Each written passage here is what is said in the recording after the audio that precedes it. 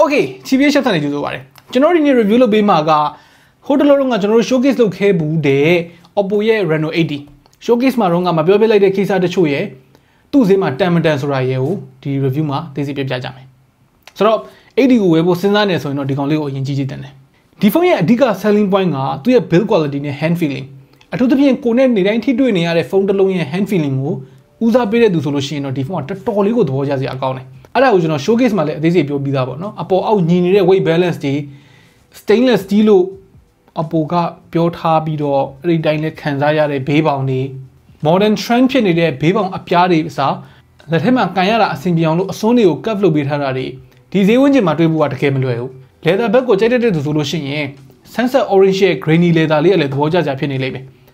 and display fingerprint ကလည်းပါတယ်ဆိုတော့ကိုသိန်းစီရဲ့ဈေးမှာဒီ build quality ဒီ weight နဲ့အတူရှာဖုန်းတွေရှာခက်လိမ့်မယ်ကျွန်တော်သိသလောက်ဆိုလို့ရှိရင် Honor ရဲ့ X9 ရရှိမယ်ညနေထက်ဆိုင်လိုက်လို့ရှိရင် Mi CV2 ရှိမယ်ကျန်တဲ့ဖုန်းတော်တော်များများအထူးသဖြင့် performance ကိုဦးစားပေးထားတဲ့ဖုန်းတွေရဲ့ build quality နဲ့ hand feeling နဲ့မှာဒီဈေးမှာဒီဖုန်းမှီမှာမဟုတ်ဘူး Reno 80ရဲ့ design ပိုင်းမှာအဓိကအားနည်းချက်လို့ပြောလို့ရတာတခုတော့ရှိတယ်အဲ့ဒါကတော့ကြီးမားထူကဲလွန်းလှတဲ့အောက်ဆုံးကဒီချင်းကြီးပေါ့နော်2023မှာချင်းတလောက်ကြီးတဲ့ဖုန်းကို6သိန်းတန်ဖုန်းမှာမမြင်ရတာကြပြီကျွန်တော်တော့ဒါ3နေနေတော့အသားကျသွားတယ်ဆိုပေမဲ့အရှိ display ကိုပဲရုပ်တရက်မြင်လိုက်ရင် budget ဖုန်းလို့ထင်ရတယ် OPPO လိုမျိုး fashion ကိုအသားပေးတဲ့ဖုန်းတွေထုတ်တဲ့ဒီ company တခုမှဒါမဖြစ်တဲ့တစ်ချက်ပေါ့နော် display ပိုင်းမှာ 120Hz မဟုတ်တာလွယ်ကျန်တာအပြည့်ပြောစရာတော့မရှိဘူး first impression မှာပြောခဲ့သလိုမျိုးပဲဖုန်းတစ်လုံးရဲ့ display က 90Hz မှာတော့ဒါ sweet spot လို့ပြောလို့ရသေးတယ်လူတွေများများ CCU 90အပြောင်းလဲကိုသိတယ်ဒါပေမဲ့90 to 100မှာတော့သတိထားမိတဲ့သူနည်းတယ်ကျွန်တော်တို့လိုမျိုး 120Hz ဖုန်းကိုနည်းနည်းလောက်တောက်လျှောက်သုံးလာတဲ့သူတော်မှ 90Hz ပါတဲ့ဖုန်းကိုပြောင်းလိုက်တာမှာအရင်ကြီးခက်ခဲမရှိဘူးနောက်တစ်ချက်က game တော်များများမှာလည်း 90Hz ကြီးပဲ support လုပ်တယ် 120fps ကို support မလုပ်ဘူးဆိုတော့ battery ပိုတက်တာပြီးတော့လူတော်များများနဲ့ပိုအဆင်ပြေတဲ့ 90Hz AMOLED panel ကအခုချိန်ထိ make sense ဖြစ်တယ်ဆိုတော့ခင်ဗျားကဒီအရင်ကြီး sensitive ဖြစ်တဲ့သူမဟုတ်ဘူးဆိုလို့ရှိရင်တော့ဒီ 90Hz နဲ့ကအဆင်ပြေဖို့တော်တော်များတယ် 120Hz ဖြစ်နေလို့ရှိရင်ကတော့ပိုကောင်းတာပေါ့နော်ဒါပေမဲ့ဒီဖုန်းကို 90Hz ဖြစ်နေလို့မဝယ်သင့်ဘူးလို့ပြောလို့မရတာတော့အမှန်ပဲကျန်တဲ့ brightness တွေ contrast တွေ color တွေအဲ့ဒါလည်း average mid range panel တစ်ခုရဲ့ quality တိုင်းရှိတဲ့လောက်ရှိတယ် stereo speaker ကလည်းအတန်ကအနေထားတန်တင်ရှိတယ်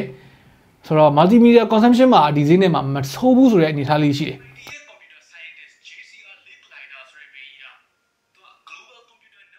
ဆိုတော့ဒီဖုန်းမှာအဓိကအားနည်းချက်အဲ့ဒါတော့သူ့ရဲ့ performance ပေါ့နော်သုံးထားတဲ့ SoC က MTK ရဲ့ Helio G99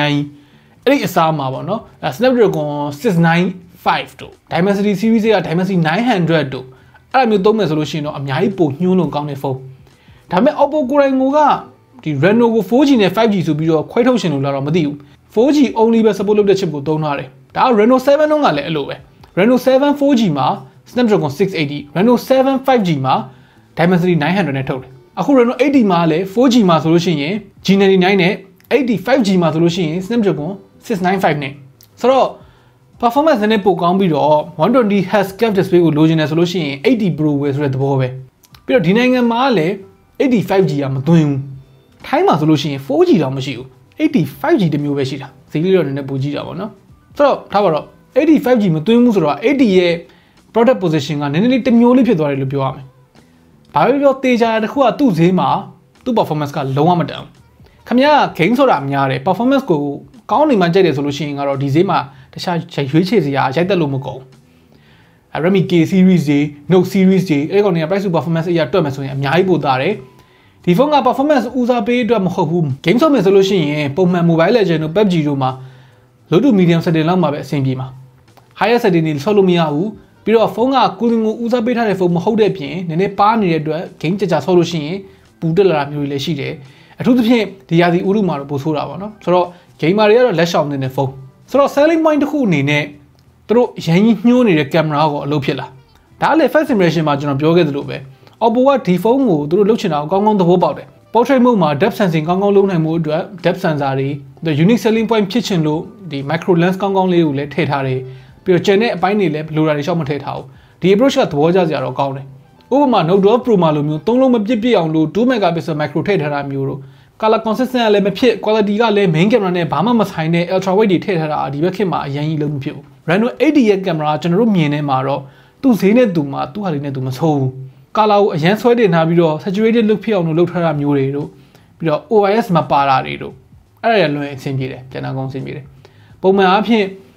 teenager တွေအထူးသဖြင့် main ကလေးတွေမှာဆိုလို့ရှိရင် social media အတွက်ရိုက်တဲ့ပုံမျိုးတွေမှာဆိုရင် color ဆိုတောက်လေးတွေနဲ့ over saturated photo look မျိုးလေးတွေထွက်တာကိုသဘောကျကြတယ်ဆိုတော့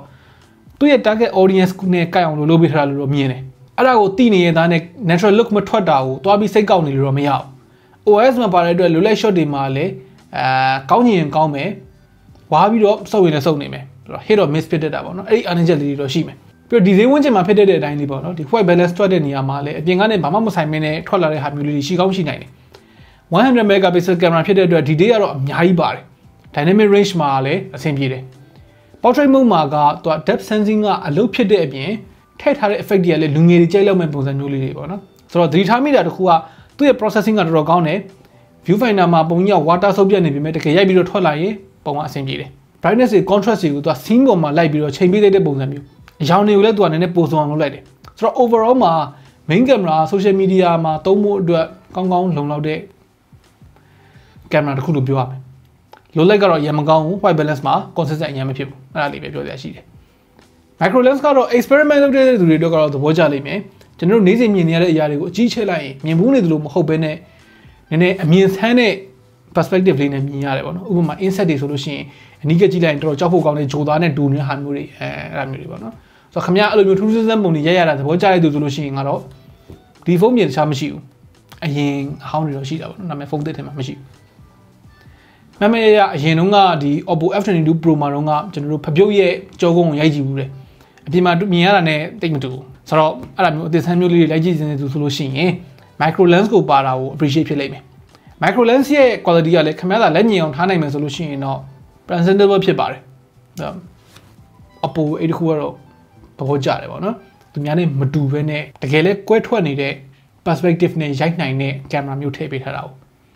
အော်ဒါနဲ့ micro lens က 48 zoom ဆိုတာသူက 28 ကို crop လုပ်ထားတာတကယ်တမ်းကတော့ 28 ကိုမှ 2x ကြီးတဲ့ zoom ထားတာပေါ့ဗျာ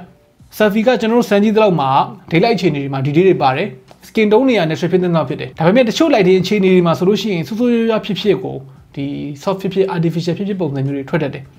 ဒီထားမိတဲ့လောက်ကိုမျက်နှာပေါ်ကို harsh lighting မဟုတ်ဘဲနဲ့နည်းနည်းမှိန်ပြီးတော့ soft ဖြစ်တဲ့ lighting တွေထိနေမယ်ဆိုလို့ရှိရင် तू ကရုပ်ကိုဘာဘီလုပ်ပလိုက်တာလောက smooth out လုပ်ပလိုက်တာကော်ဘတ်စားပလိုက်တာပေါ့ပို့ပြီးတော့ထိတွေ့ရမှာများတဲ့ harsh lighting တွေအတွက် optimize လုပ်ထားတဲ့ပုံစံမျိုးဖြစ်သွားတာပေါ့ဆိုတော့ overall မှာ camera ကသူ့ဈေးနဲ့သူထိုက်တဲ့လောက်ရတယ်လို့ပြောရမယ်ကိုက photo အပြင်ဒီ video ပါရိုက်ရှင်နေသူဆိုလို့ရှိရင်တော့ OIS ပါတဲ့ Note 12 Pro လို့ကောင်မျိုးကိုကြည့်စင်တယ် battery 9000 mAh ပါတာကဒီအထူဒီ4ချိန်မှာမိုက်တယ် fast charging 33 watt ကတော့အရန်ထားမကြဘူး85G မှာ67 watt ထည့်ထားတာကို highlight လုပ်ချင်လို့ဒီဟာမှာရှော့ထားပုံရတယ်ကဲဆိုတော့ပြောတာလေးတွေနဲ့စုံသွားပြီပေါ့နော်အဆုံးသက်ပြောရရင်ဒီဖုန်းကတန်တဲ့သူတွေအတွက်တန်လိမ့်မယ်မတန်တဲ့သူတွေအတွက်ကိုမတန်ဘူးခင်ဗျား build quality ကောင်းတာကိုကြိုက်တယ် hand feeling ဦးစားပေးခြင်းနဲ့ကင်မရာမလိုဘူးကင်မရာကိုလည်း social media လောက်ပဲသုံးမယ်ဆိုလို့ချင်တာကonline shopping အတွက်ပစ္စည်းလေးတွေဓာတ်ပုံရိုက်တင်တာမျိုးတို့